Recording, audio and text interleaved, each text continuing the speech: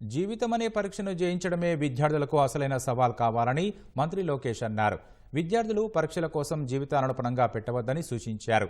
ప్రభుత్వ పాఠశాలలపై నమ్మకం పెంచాలని, ప్రైవేటుకు ధీటుగా తీర్చిదిద్దడమే లక్ష్యమని స్పష్టం చేశారు.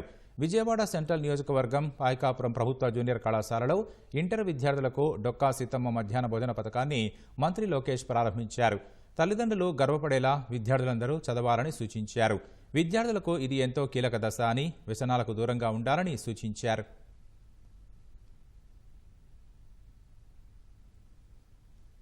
కేజీ నుంచి పీజీ మొత్తం కరికులం రీవ్యాంప్ చేయాలని నేను ఒక కార్యక్రమం ప్రారంభించాం. దాంట్లో ప్రధానంగా కేజీ నుంచి పీజీ వరకు మహిళల్ని గౌరవించాలనేది నరనరాలు ఎక్కించాల్సిన అవసరం ఉంది. చట్టాలు ఎన్నైనా తీసుకురావచ్చు, కానీ మహిళలకి నిజమైన రక్షణ ఎప్పుడు వస్తుందంటే సమాజంలో మహిళలను చూసి గౌరవించినప్పుడే మహిళలకి నిజమైన రక్షణ వస్తుంది. కొన్ని సినిమాల్లో మన భాషలో కొన్ని ఉంటాయి, నిజంగానే బాధ కలుగుతుంది.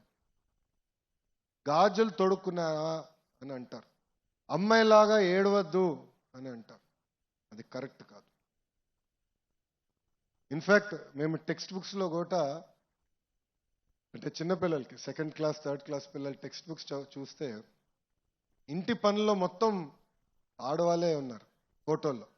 అంటే ఇల్లు ఊడ్చే దాంట్లో కానీ తుడిసే దాంట్లో కానీ. ఎందుకు అలా ఉండాలని అధికారులు నేను అడిగా. ఎందుకంటే నేను అమెరికాలో చదువుకున్నా, బ్రహ్మని నేను కలిసి చదువుకున్నాం. ఇంటి పనులు సమానంగా చేసాం. వాషింగ్ మెషిన్లో లాండ్రీ వర్క్ చేయాలంటే సమానంగా చేసాం. అప్పుడు నేను అధికారులు చెప్పి ఈక్వల్గా పెట్టండి, అప్పుడే సమాజంలో మార్పు మొదలవుతుందని బలంగా. ఇట్లా అనేక సంస్కరణలు తీసుకురావాలనే నిర్ణయంతో మన ప్రభుత్వం ఉంది.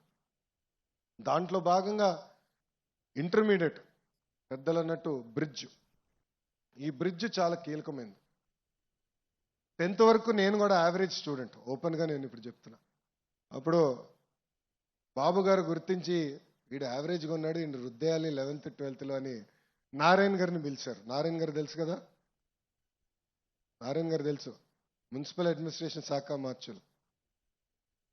ఆయన ఇప్పుడు ఇంటర్లో కూడా ప్రైవేట్ రంగంలో కాలేజీలు. ఆయన పిలిచి, నారాయణ నువ్వు ఏం చేస్తావో తెలీదు, లోకేష్ని సెట్ చేయన్నారు. ఇంక అయిపోయింది నా జీవితం.